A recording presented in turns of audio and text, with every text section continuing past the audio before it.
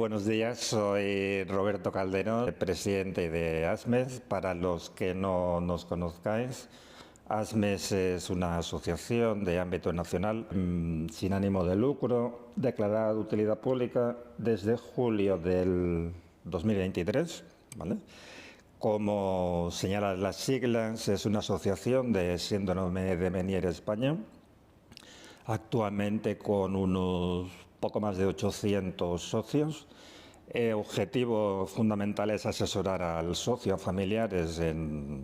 Hacemos un asesoramiento integral en todos los sectores que lo necesitan y concretamente en el sector laboral de incapacidades, discapacidades. Por eso hoy tengo el placer de charlar con Jorge, que es CEO de Capmines Abogados. Pues un placer, Jorge. Un placer, Roberto, muchas gracias. Mira, si te parece, como vamos a ir tocando dos conceptos durante la charla, un pequeño resumen que diferencie lo que es discapacidad e incapacidad. Son dos términos que son prácticamente sinónimos y que no ayudan, ¿no?, a que haya más confusión, ¿no? Pero cuando hablamos de incapacidad permanente nos estamos refiriendo siempre a una incapacidad laboral, ¿eh? Es decir, que lo que se mira es la capacidad que tiene el trabajador de poder continuar haciendo su trabajo o de las limitaciones que tiene para poder hacer su trabajo. Y cuando hablamos de discapacidad se valora en un término general, ¿eh? Es decir, que la valoración no está centrada en aquellas personas que están en edad laboral, sino que incluso pues infantes, menores de edad o incluso gente ya de muy avanzada edad también tienen la posibilidad de valorar el grado de discapacidad. Pues bien, ¿cuál sería el momento, según tú, ideal para que una persona inicie un proceso de incapacidad? El momento ideal es siempre, nosotros hablamos de un concepto que yo le he llamado SL para que la gente lo asocie, ¿no?, a una sociedad limitada, pero es el acrónimo de secuelas y de limitación. Entonces, esto es importante entender. ¿El concepto de secuelas qué es? Pues que yo haya agotado los tratamientos médicos oportunos, ¿no? Es decir, si, hablando de Meniere, por ejemplo, si lo que estamos hablando es una pérdida auditiva, más allá de afectación vestibular, pues tendremos que hacer todas las adaptaciones auditivas correspondientes, ¿no?, y técnicas para poder valorar la secuela real. Lo mismo con un tema vestibular, ¿no? Si se ha hecho ese proceso de rehabilitación vestibular, si se han agotado todas esas posibilidades, cuando ya no se puede hacer nada más, pues decimos, oye, Roberto, en tu caso no se puede hacer nada más, y por lo tanto ahí sí que ya estamos en una fase de secuelas. Ese sería el momento. Pero como decía antes, el acrónimo de SL, pues lo que tenemos que ver es la limitación, ¿no? Porque yo puedo tener un síndrome de Meniere y hacer una vida totalmente normalizada, y habrá otra persona que no tenga una serie de limitaciones pese al tratamiento médico que no le permitan hacer un trabajo con normalidad. Por lo tanto, no solo es el hecho de las secuelas, sino la determinación de cuál es el alcance de las limitaciones que tienes después de esas secuelas que comentamos. La mayoría de incapacidades que se reconocen por nuestro síndrome, si no me equivoco, son permanentes totales. Correcto. Dentro de los grados de incapacidad que hay tenemos 4 grados, pero que apliquen a este caso estaríamos hablando de la total para la profesión habitual, que es aquella que no te permite realizar tu trabajo ni ningún otro similar al tuyo, que tenga los mismos requerimientos, o la incapacidad absoluta para todo tipo de trabajo. Normalmente por síndrome de Meniere la principal limitación o esa doble limitación, ¿no?, por un lado pérdida auditiva y por el otro lado el tema de los vértigos, ¿no?, por la afectación del sistema vestibular, pues normalmente sean totales. ¿Y cuándo sean totales? Pues aquellas profesiones que requieren de estar mucho tiempo de pie, arriba abajo, de trabajar en alturas, por ejemplo, en terrenos irregulares, etcétera, ¿no? Cuando hay esa afectación importante al equilibrio en una serie de profesiones se dan totales. Por el tema del déficit auditivo, cada vez las prótesis auditivas, implantes cocleares y tal ayudan más y cada vez hay menos, ¿no?, por un tema de auditivo solo, y se pueden dar totales cuando el requerimiento de esa profesión exige una audición prácticamente perfecta, ¿no? Entonces en esos casos sí que se podrían dar totales. Absolutas se dan, pero pocas, hay muchos casos en los que hay sentencias favorables, pero se suele dar cuando esas crisis de vértigo son muy recurrentes, ¿no? Es decir, que te limitan para dar un desplazamiento normal, ¿no? Pero lo que se da más es por esa frecuencia, por esa recurrencia en las crisis más agudas de esos momentos de crisis vertiginosas, ¿no? que como ya sabéis, pues en algunos pacientes ocurren con mucha frecuencia. Entonces, según tu experiencia, claro, yo lo puedo entender, ¿eh? Una persona que empieza con una baja normal y va agotando las semanas, los meses, claro, tiene la opción de empezar un trámite de capacidad, pero claro, también tiene otra opción, que sería reinventarse de alguna manera laboralmente. Tú con la experiencia que tienes en casos, porque a veces el iniciar un proceso de incapacidad cuando te la han denegado, empezamos a recurrir y no tiene ninguna salida, claro, no es la única opción para poder trabajar en el mundo laboral de una enfermedad crónica como con la nuestra. Hay distintas opciones y cada caso es un mundo, eso es evidente, ¿no? Y una de las primeras cuestiones que hay cuando uno valora una total es que cobras el 55% de la base reguladora en función de la edad que tengas, ¿no? Pero claro, si es menor de 55, uno puede pensar, oye, yo a lo mejor llevo 20 años haciendo este trabajo, ahora me diagnostican esto, vamos a poner que, no sé, que es un operario, ¿no? Una persona que trabaja en una fábrica de pie y demás. Y dice, hombre, pues yo gano, me lo invento, 2.000 euros y ahora con esto me quedan 1.200, ¿no? ¿Y qué hago? ¿Qué vivo? Porque yo tengo mi vida montada con 2.000 euros y ahora me pagan 1.200 si me lo dan, ¿no? Entonces, yo siempre digo lo mismo, al final creo que es muy importante, Roberto, que la gente se reinvente, ¿no? Lo que no tiene sentido es que sigas haciendo de operario porque pones en riesgo tu propia vida, la de compañeros, es una enfermedad que se va a agravar con el tiempo y vas a acabar peor, ¿no? Entonces, es preferible utilizar esta baja o estar un tiempo en el que yo me pueda reciclar y reorientarme profesionalmente a no negar la situación y no ponerle solución, que muchas veces ocurre también, de decir, oye, yo aguanto lo que sea, y hay mucha gente que con esa actitud más heroica de aguantar, aguantar, aguantar, lo que hace es que judicialmente es más perjudicial. ¿Por qué? Porque si tú me vienes que hace 7 años que te diagnosticaron y demás, ¿no? Y has estado trabajando pues, con alguna baja y demás y con mucho problema, yo tendré que demostrar que se ha agravado mucho en la actualidad ese problema para que te den la incapacidad, ¿no? Y es algo que la gente a veces no comprende, ¿no? Que ese acto de heroicidad, de intentar continuar, más que ayudarle le perjudica, ¿no? En un momento, y que es duro, pero a veces hemos de buscar esa reorientación profesional. Si no tenemos una limitación tan grande, pero aún así nos limita el día a día, también podemos buscar adaptaciones del puesto de trabajo, ¿no? Cuando decías que no es la única solución, para eso también sirve el grado de discapacidad, ¿no? Tener una discapacidad reconocida obligará con más ahínco al empresario a adoptar las medidas de prevención de riesgos laborales, ¿no? A intentar adaptar el puesto de trabajo. Si estoy de operario, por ejemplo, pues intentar que pueda trabajar sentado en un momento dado o en otro departamento, en una reubicación. Entonces también hay soluciones alternativas que pueden hacer que deje de hacer mi profesión, pero que de alguna forma pueda hacer otros trabajos. Entonces, legalmente, las empresas están obligadas a tramitar una adaptación del puesto de trabajo si el trabajador demuestra que lo necesita. Las empresas tienen esta obligación legal de siempre ya, ¿eh? O sea, el artículo 25 de la Ley de Prevención de Riesgos Laborales dice que las empresas tienen ese deber, ¿no? Esa obligación de adaptar el puesto de trabajo a la aptitud que tenga el trabajador, ¿no? A las lesiones o enfermedades que pueda tener. Por lo tanto, esa responsabilidad la tienen. ¿Qué pasa? Que cuando tienes un grado de discapacidad reconocido, pues puede ser considerado un personal que dice la ley de especial sensibilidad, ¿no? Y que aún tengas que pues, aumentar, ¿no? Esos niveles de protección. El tema es decidir cuáles son esas medidas, ¿no? Normalmente este tema de prevención de riesgos se hace mediante lo que se conoce como los servicios de prevención de riesgos laborales ajenos a la empresa, y en esos servicios de prevención lo que hacen es decirle al empresario qué medidas tiene restringidas un trabajador, porque debemos recordar que el empresario no tiene el derecho a conocer qué enfermedad o lesión tenemos. El empresario para poder garantizar este derecho, ¿no?, que tenemos a que nos adapten el puesto de trabajo, ¿no?, a tener garantizado ese puesto de trabajo, lo que tiene es un informe, sin saber la enfermedad, en el que le dice, pues Roberto no puede estar más de 15 minutos de pie, Roberto no puede levantar más de 15 kilos de peso sin una ayuda de otra persona. Le dice esto el informe solo.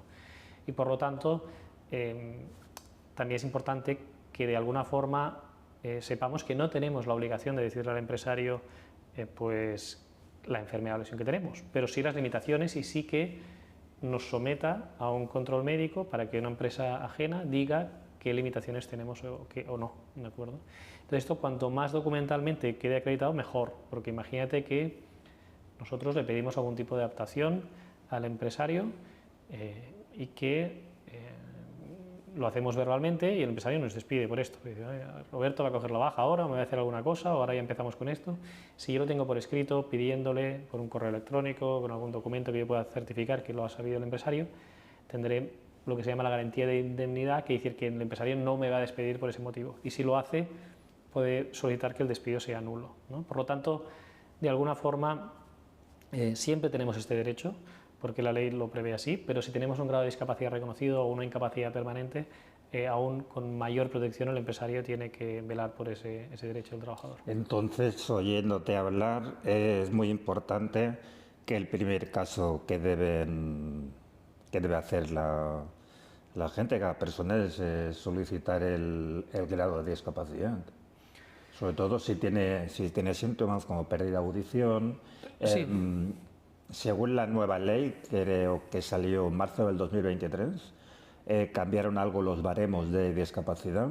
En nuestro caso, lo que más suma a esta discapacidad es la pérdida de audición, problemas en el sistema vestibular. ¿Cómo se demuestran las crisis recurrentes, si las hay, de cara a pedir un certificado de discapacidad? Con certificados médicos. Por ejemplo, hay mucha gente que cada vez que tiene una crisis se desplaza al CAP o al hospital de urgencias, y esa anotación es la que luego puede demostrar la frecuencia de la crisis. Pero claro, yo, que no lo he hecho nunca, pienso, madre mía, detrás de una crisis que estás que no puedes ni andar, te tienen que llevar al hospital simplemente para decir escríbeme, debería bastar la confianza del médico y un certificado médico, ¿no? Es complejo, sí, y efectivamente se reformó, entró en vigor en abril del 23 el Real Decreto nuevo que valora, bueno, es el 888 del año 2022, pero que entra, como bien decías, en 2023, en abril, y reforma el anterior que teníamos, que era del año 99, del 1971, y entre otras cosas, bueno, es un baremo que protege bastante más situaciones que antes era como muy médico, este baremo, en el sentido de que era lo que decían los informes médicos, y antes del inicio de la entrevista me preguntabas diferencia entre incapacidad y discapacidad, ¿no? Sobre todo en aquellas discapacidades de infantes o de gente ya más avanzada en la edad. Claro, tienes una discapacidad, pero a veces, si eres muy mayor, es que no es por una enfermedad, ¿no? Es que estoy mal por viejo ya, tengo una serie de limitaciones porque soy una persona anciana y tengo, ¿no? Entonces, a lo mejor médicamente no daba para alcanzar un grado de discapacidad, pero porque los informes no eran suficientemente contundentes, ¿no?, en ese sentido, y eso se ha revertido con este nuevo baremo. En cuanto al tema de cómo demostrarlo, cómo acreditar este grado de discapacidad, sí que es cierto que es muy importante los informes médicos, lo siguen siendo. Y lo que comentas, claro, de alguna forma, si nosotros hemos ido a un tribunal luego porque no estamos conformes, porque no nos dan un grado de discapacidad, lo que nos va a valer más son esos informes de urgencias.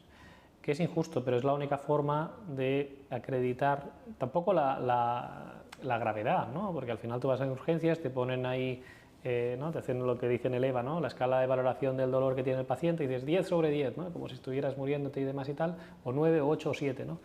Pero sí que puede ayudar a la recurrencia, ¿no?, a acreditar esa frecuencia. Oye, yo pues 2 veces al mes he ido a urgencias porque tengo esta crisis, ¿no?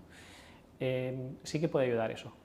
Lo que ayuda más también, aparte de esto, es que los informes sean de sanidad pública. Que tener una serie de informes de sanidad pública ayuda más que sean privados. No es que no sirva, si yo tengo un informe de otorrino privado, pues me va a servir, o si la rehabilitación, por ejemplo, hago algún centro privado, también me va a servir, pero si es público tiene mucha más verosimilitud, tanto para los jueces como para el Tribunal Médico en el caso de INS o los tribunales de valoración en el caso de discapacidad. Es curioso lo que comentas, ¿no? En mi caso, que yo era funcionario que de MUFACE no he tenido nunca seguridad social, los únicos informes que podía aportar eran de la privada, que me sirvieron y no me pusieron ningún problema, pero sí que me llegan algún correo de algún socio que me comenta eso. ¿Cómo hacer para que la seguridad social se haga con la información de visitas o consultas que tienen en la privada?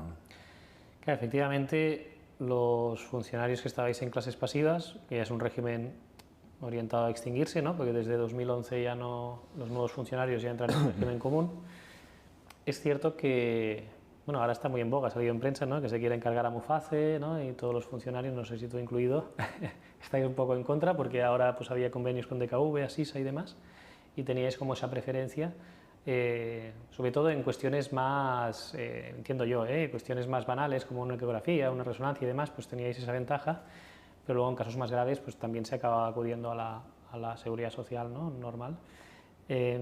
Claro, eso de momento va a ser igual, ¿no? Y cuando los jueces ya lo saben, cuando es un procedimiento de funcionario ya saben que no tenéis ese acceso nuevamente a la sanidad pública y que es mediante pues, privado, asegurado por Asisa o por DKV o la que hubiera ganado el concurso en ese momento. Pero si es por régimen común, que es la gran mayoría de personas, sí que se ve como algo negativo que sea privado esto. Entre otras cosas porque sí que hay pruebas que ¿no? Te pueden, ¿no? Potenciales evocados, una serie de pruebas que son más o menos objetivas, ¿no?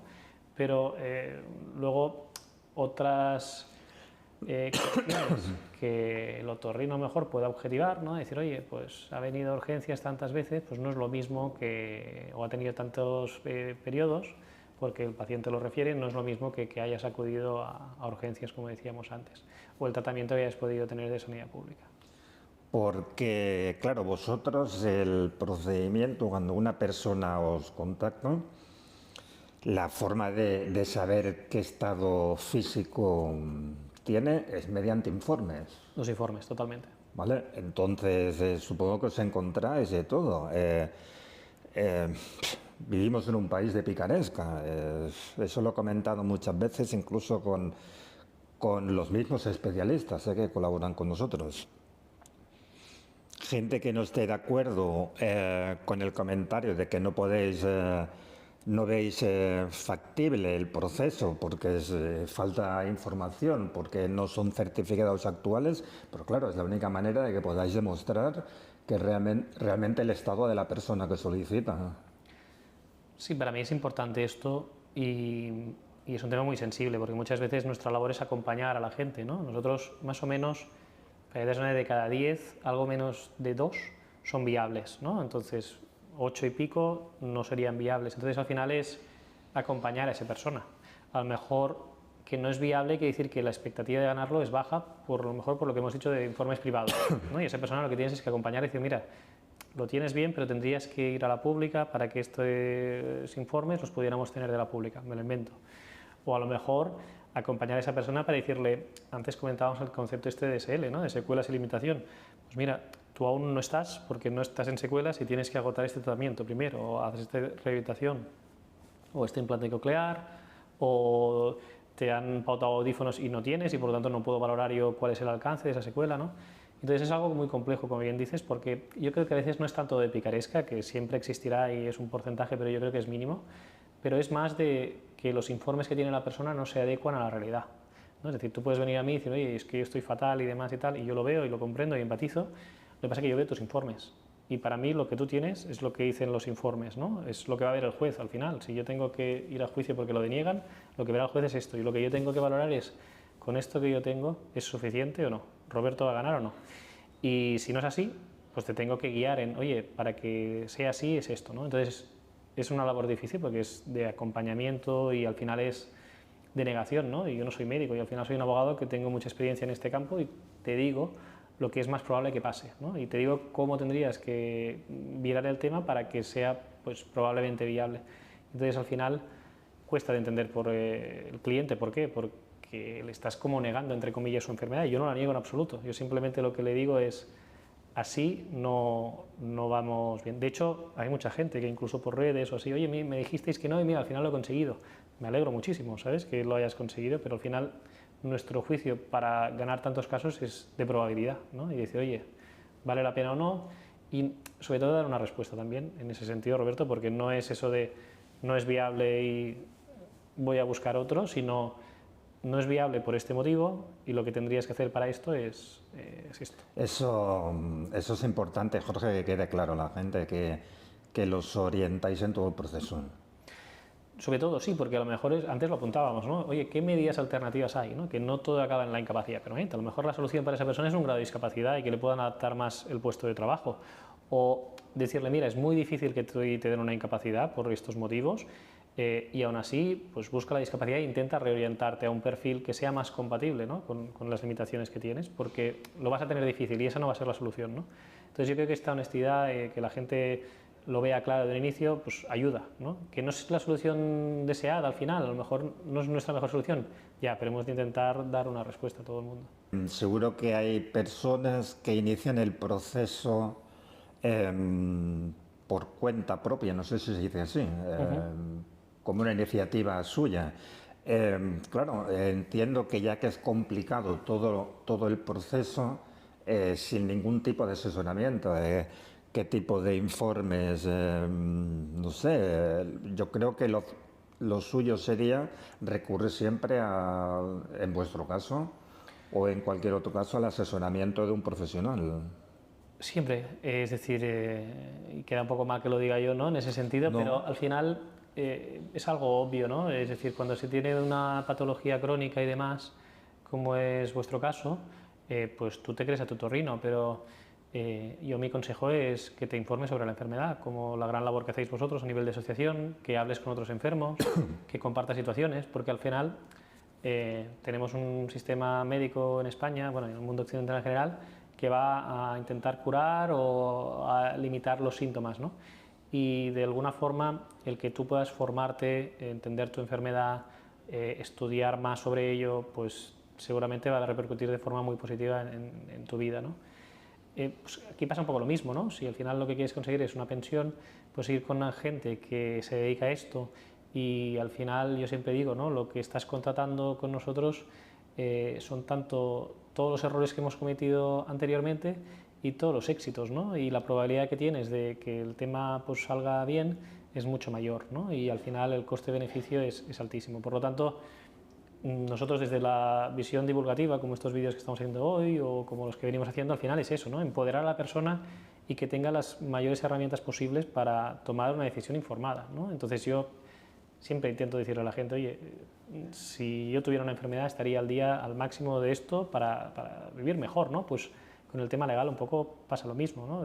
Pregunta a otros abogados, infórmate y saca tus conclusiones, ¿no? Y a partir de ahí, sobre todo, es maximizar tu calidad de vida, ya sea pues porque te den una pensión, porque te den un grado de discapacidad y puedas mejorar laboralmente, porque gracias a esto hayas podido adaptar el puesto de trabajo o porque te hayas reorientado la vida y te hayan ayudado a esto. Muchas veces, yo siempre lo digo, cuando la persona le reconceden una incapacidad, no es que se cure de la enfermedad, obviamente, pero tiene un alivio, ¿no? Porque al menos esa parte económica, que pues, todos trabajamos por un sueldo al final, pues ya la tengo como asegurada, ¿no? Y ya estás en otro estatus y otro estrés y mejora. Cualquier enfermedad de este tipo mejora, ¿no?, en ese sentido. Entonces, eso es lo que buscamos, ¿no?, que al final la persona esté empoderada y tome una decisión informada.